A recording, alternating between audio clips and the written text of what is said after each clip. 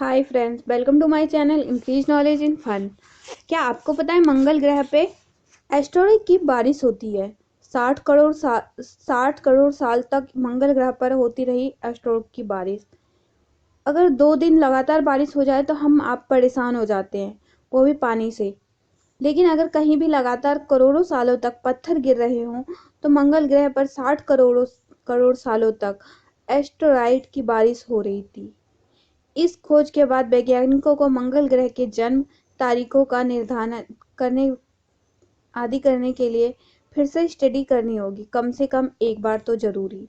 नए अध्ययन में यह बात पता चली है कि मंगल ग्रह की सतह पर 60 करोड़ सालों तक लगातार क्षुद्र ग्रहों यानी एस्टेरॉइड की ताबड़तोड़ बारिश होती रही, जिसकी वजह से मंगल ग्रह की सतह पर इतने ज़्यादा गड्ढे हो गए हैं कि आमतौर पर वैज्ञानिक सतह पर मौजूद गड्ढों की वैज्ञानिक गणना करके ग्रह की उम्र का पता लगाते हैं। अगर ज़्यादा गड्ढे दिखते हैं तो ज़्यादा सटीक उम्र का पता लगाया जा सकता है। क्रेटर यानी गड्ढों के निर्माण की प्रक्रिया बेहद जटिल होती है, क्योंकि ये एक अनुमानित जानकारी ही देते हैं, क्योंकि अब कोई मंगल ग्रह पर तो गया है नहीं है कि वहां जाकर वो गड्ढों की जांच करें, क्योंकि एस्टेरॉइड की टक्कर से पहले कई तो वायुमंडल में जलकर खत्म हो जाते हैं। सिर्फ बड़े वाले ही जलते बुझते और घिसते हुए सतह पर टकराते हैं, वो ही सतह पर टकराकर गड्ढे बनाते हैं।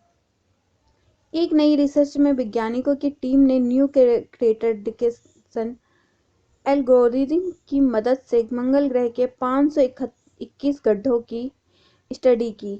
इनमें से हर गड्ढे का व्यास कम से कम 20 किलोमीटर है, लेकिन सिर्फ 49 गड्ढे ऐसे हैं जो 60 करोड़ साल पुराने हैं।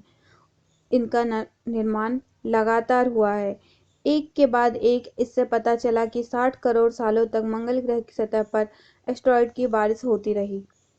ऑस्ट्रेलिया के कॉटन यूनिवर्सिटी के प्लैनेटरी साइंटिस्ट और इस स्टडी में शामिल शोधकर्ता एथनी लागेन ने कहा कि यह स्टडी पुराने अध्ययनों को खारिज करती है, जो ये कहते थे कि क्रेटर एक छोटे समय से बने होंगे, क्योंकि ये गड्ढे खास तौर से बड़े वाले विशालकाय एस्टेरॉइड के टकराने से बने होंगे।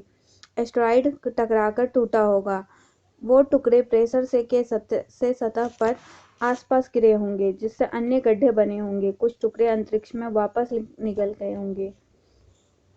एथनी लागेन कहते हैं कि जब दो बड़ी चीजें टकराती हैं तो उनके टुकड़े टकराव से निकलने वाले दबाव में विपरीत दिशाओं में फैलती है, उनमें और इम्पैक्ट क्रेटर बनते हैं। इन्हीं में से कुछ इतनी तेजी से वापस लौटते हैं कि जो वह अंतरिक्ष में तैरने लगते हैं, वह भी ग्रह की ऑर्बिट में या फिर उससे बाहर दूसरे ग्रह की ओर बढ़ने लगते हैं। किसी भी ग्रह पर क्रेटर बनने की प्रक्रिया इतनी आसान नहीं होती जितना आप लोग समझते हैं। एथनी ने कहा कि मंगल ग्रह के ऑर्डोविशियन स्पाइक काल का वैज्ञानिक को फिर से अध्ययन करना होगा, क्योंकि पहले ये माना जाता था कि इसी काल में सबसे ज़्यादा गड्ढे बने। यह काल करीब 47 करोड़ साल पुराना है। भविष्य में अन्य ग्रह या फिर चांद के अध्ययन के लिए जरूरी है कि हम इस स्टडी को ध्यान में रखें। यह स्टडी हाल ही में earth and planetary science letters में प्रकाशित हुई है। उम्मीद है आपको ये जानकारी अच्छी लगी होगी। जानकारी अच्छी लगी तो चैनल को सब्सक्राइब करना ना भूलें। धन्यवाद।